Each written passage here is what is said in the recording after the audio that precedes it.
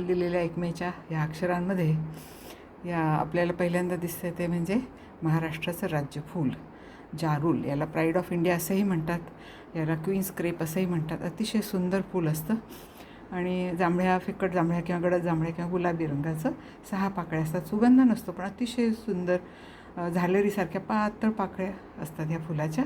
मध्ये पिवळ्या रंगाचे पूकेसर आणि एक स्त्री केसर असतो. मधमाशा वगैरे ह्याला जरूर येतात आणि गुच्छांनी फुलं लागतात झाडाला. ह्या झाडाला तामन असंही म्हणतात किंवा फेब्रुवारी मार्चमध्ये जेव्हा पानं गळतात तेव्हा ती लाल होतात म्हणून तामन असं म्हणतात. असं हे जारूल. त्यानंतर आपल्याला दिसतोय तो महाराष्ट्राचा प्राणी, राज्य प्राणी असं म्हणूया आपण त्याला. तो शेकरू खारीसारखा आहे. इंडियन जायंट स्क्विरल असंही म्हणतात ह्याला. हा पण मोठमोठ्या झाडांमध्ये राहणारा आणि झाडावरती ह्या फांदीवरनं त्या फांदीवर उड्या लांब लांब उड्या मारतो. 5-6 मीटरच्या पण उड्या मारू शकतो तो.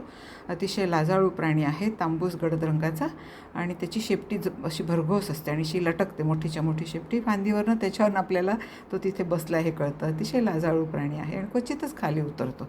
झाडावरची फळं वगैरे खाऊन, पानं खाऊन राहतो शेकरू. त्याच्यानंतर हरोळी हा पक्षी कबुतरासारखा दिसतो म्हणून याला पिजन असे म्हणतात. येलो फुटेड पिजन म्हणजे याचे पाय पिवळे असतात म्हणून येलो फुटेड पिजन. हा पण वड, पिंपळ, उंबर अशा मोठ्या मोठ्या झाडांवर राहतो आणि त्यांची फळं खातो. वडाची फळं फार आवडतात हरोळीला. हरियाल असंही म्हणतात आणि ह्याचा रंग पिवळा, हिरवा असा असतो आणि पाय पिवळे असतात. खांद्यावरती जांभळा निळा रंग असतो आणि हे पण लाजाळू पक्षी आहेत. हे सहसा झाडांमध्ये लपून राहतात, समूहाने राहतात, क्वचित पाणी पिण्यासाठी वगैरे खाली उतरतात. हरियाल.